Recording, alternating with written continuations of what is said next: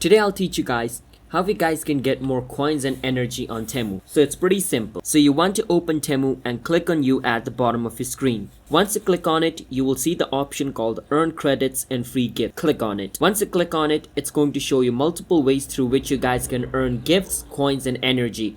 Now you need to complete the challenge. So let's say I want to earn more money by referring my friend. I can click on refer and earn, and from over here what I can do is, and I can click on start earning. Once I click on start earning, I need to click on share to get one spin. Once I click on it, I can click on copy link. Once I copy this link, I need to give this link to my friend. Now if someone joins Temu using my link, then I will get a free chance to spin this wheel. And by spinning this wheel, I might get a chance to win something random or some money. Alright, so that is basically how we guys can get more coins and energy, by coming to this section and by completing all the challenges it gives you. So I hope you understand.